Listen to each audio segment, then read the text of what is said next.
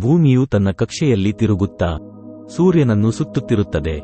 ಈ ಪ್ರದಕ್ಷಿಣೆಯ ಕಾರಣದಿಂದಾಗಿ ಭೂಮಿಯ ಮೇಲೆ ಹಗಲು ಮತ್ತು ರಾತ್ರಿಯ ಸಂಭವಿಸುತ್ತದೆ.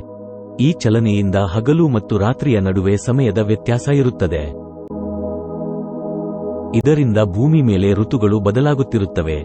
ಆದರೆ ಈ ಭೂಮಿಯ ಚಲನೆಯ ಪರಿಣಾಮವನ್ನು ನಾವು ಸ್ಪಷ್ಟವಾಗಿ ಅರ್ಥಮಾಡಿಕೊಂಡಂತೆ ಒಂದು ವೇಳೆ ಭೂಮಿಯು ತಿರುಗುವುದನ್ನು ನಿಲ್ಲಿಸಿದರೆ ಏನಾಗುತ್ತದೆ ಎಂದು ನಿಮಗೆ ತಿಳಿದಿದೆಯೇ? ಭೂಮಿಯು ತಿರುಗುತ್ತಿರುವಾಗ ನಾವು ಅದನ್ನು ಗ್ರಹಿಸಲು ಸಾಧ್ಯವಿಲ್ಲ, ಏಕೆಂದರೆ ನಾವು ಸಹ ಚಲನೆಯ ಭಾಗವಾಗಿರುತ್ತವೆ. ಭೂಮಿಯು ಗಂಟೆಗೆ ಎಷ್ಟು ವೇಗದಲ್ಲಿ ಸುತ್ತುತ್ತದೆ ಎಂಬುದು ಗೊತ್ತಿದೆಯೇ?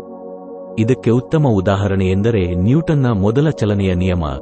ಭೂಮಿಯು ಗಂಟೆಗೆ 1036 ಮೈಲುಗಳು ಅಥವಾ 1667 ಕಿಲೋಮೀಟರ್ ವೇಗದಲ್ಲಿ ತಿರುಗುತ್ತದೆ. ಇದು ಶಬ್ದದ ವೇಗಕ್ಕಿಂತ ವೇಗವಾಗಿರುತ್ತದೆ. ಭೂಮಿ ತನ್ನ ಅಕ್ಷದ ಮೇಲೆ ಸುತ್ತುವ ಕಾರಣ ರಾತ್ರಿ ಮತ್ತು ಹಗಲುಗಳನ್ನು ಸೃಷ್ಟಿಯಾಗುತ್ತವೆ. ಇದರ ಜೊತೆಯಲ್ಲಿ ಸೂರ್ಯನ ಸುತ್ತ ದೀರ್ಘವೃತ್ತದ ಕಕ್ಷೆಯಲ್ಲಿ ಸುತ್ತುತ್ತದೆ.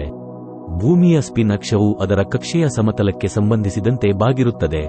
ಇದು ಋತುಗಳ ಬದಲಾವಣೆಗೆ ಕಾರಣವಾಗಿದೆ.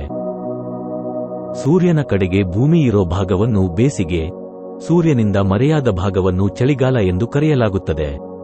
ಹಗಲು ಇರುವಲ್ಲಿ ವಿಪರೀತ ಶಾಖ ಮತ್ತು ರಾತ್ರಿ ಇರುವಲ್ಲಿ ವಿಪರೀತ ಚಳಿ ಇರುತ್ತದೆ. ಸಾಮಾನ್ಯವಾಗಿ ಭೂಮಿಯು ಒಂದು ಪೂರ್ಣ ಸುತ್ತಿಗೆ 24 ಗಂಟೆ ತೆಗೆದುಕೊಳ್ಳುತ್ತದೆ.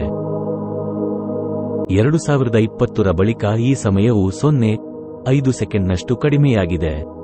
ಭೂಮಿ ತಿರುಗೋದನ್ನು ನಿಲ್ಲಿಸಿದರೆ ಜನರ ಜೀವನವು ಸಾಕಷ್ಟು ಬದಲಾಗುತ್ತದೆ.